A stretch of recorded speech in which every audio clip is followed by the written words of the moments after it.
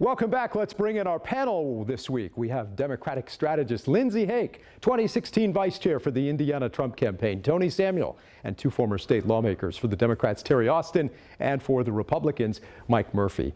Mike, I'll start with you. As this massive spending bill now heads to the U.S. Senate, we're about to see where some of the Republican senators stand on this. We heard from Todd Young earlier. What do you make of his positioning, not just on this bill, but generally toward a president that he hasn't always agreed with? Well, I think, first of all, if you back up just a second, I think the pendulum is swinging. I think things are turning against Trump, and they will continue to through the rest of his last term, even if he doesn't think it is his last term. So you've got the federal courts are actually taking up what they should be taking up and ruling generally in the way they should be ruling. You had some Republican House members who made it very close in the House. And I think the senators, who even the ones that don't have courage, will learn that they can step up and actually be courageous and do their job. And we'll see how that all turns out in terms of this bill and what the Senate passes, whether it can get back through the House. Terry, what's your view on all this from across the aisle, and what would this big spending bill mean for people here in Indiana, particularly for those on Medicaid? Well, it means that Hoosiers, several 100,000 Hoosiers will lose their health insurance or Medicaid coverage. We know that these are the deepest SNAP cuts in history, on top of a time when groceries are still very, very high, and programs like SNAP help close the gap, particularly in summer months for young children and their families. And when you take the SNAP benefits away from adults, when there are children in the home, kids suffer too. I mean, if you've ever been a part of a group that helped deliver food to children at elementary schools, you know that there's not a lot of fraud and abuse going on, quite honestly. And I talked about some of this with Senator Young. Tony, it's 3 years out, but it seems that Senator Young is perhaps already bracing for the possibility of a primary challenge, being fairly careful in some of the words he uses about the president. That's a good way to put it, being careful.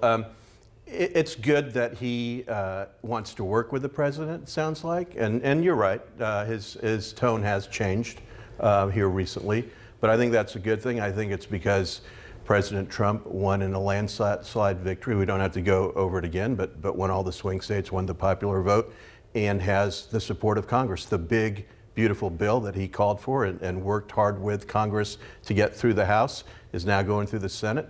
I think it'll get done by July 4th. The Senate will put their mark on it, but it's good to see folks like Senator Young that do see that the Trump vision for America, for everything America needs to be, is the way to go. Okay. Lindsay, what are your thoughts on Senator Young's position here ahead of his reelection in 2028, and as he considers this massive bill coming to the Senate here in the weeks ahead? You know, I still feel sometimes new to politics, but this is one of the most dire moments in at least my 20 years working in politics, where we've just seen absolutely the Senate is our last hope, really, for those of us who advocate for Medicaid and advocate for these basic human services programs that are under threat.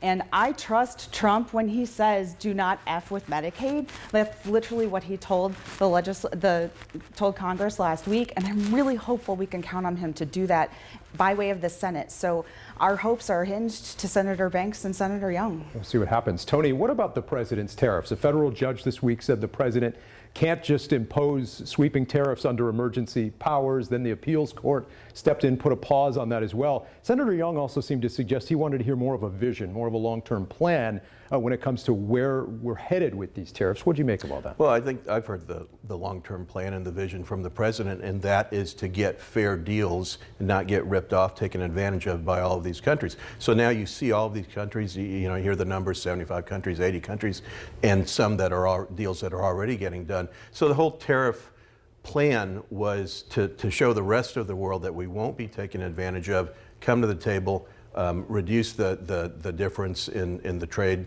imbalances, and then do that so that you can bring manufacturing jobs and you can benefit the American economy. Terry, what's your response to that end of this court ruling on tariffs, and what are you hearing about the impact of all these tariffs here in our state?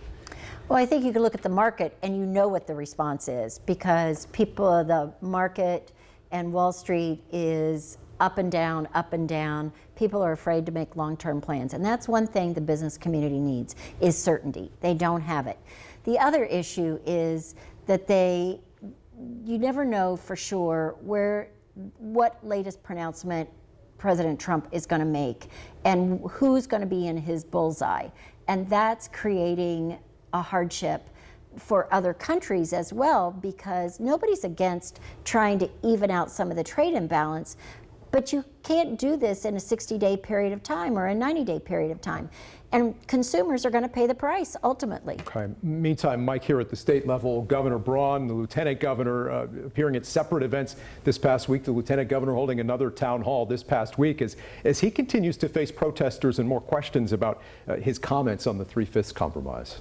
Well, I think it's the Richard Murdoch comment of 2025. I mean, some people just can't handle prosperity, and he got elected lieutenant governor. He had a runway to do very well, and now he's just sticking his foot in his mouth day after day after day, just as Richard Murdoch did and got destroyed by Joe Donnelly in 2012. And Lindsay, it certainly doesn't seem as if the lieutenant governor is backing down from these remarks. You know, his comments this week at his town hall, I take them to heart, because despite these unserious people being our leaders, they are our leaders, and we need to listen to what they're saying. And he was very upset by the Sunbucks decision that came down from the administration and wanted and vowed to rectify that to folks who showed up to this town hall. So I'm hopeful people hold him to it and that he can actually make a difference on this. All right, coming up next, we're going to talk with the mayor of Indianapolis about the excitement in Indy over the Pacers and Racers after an epic month of May. Stick around, we're back right after this.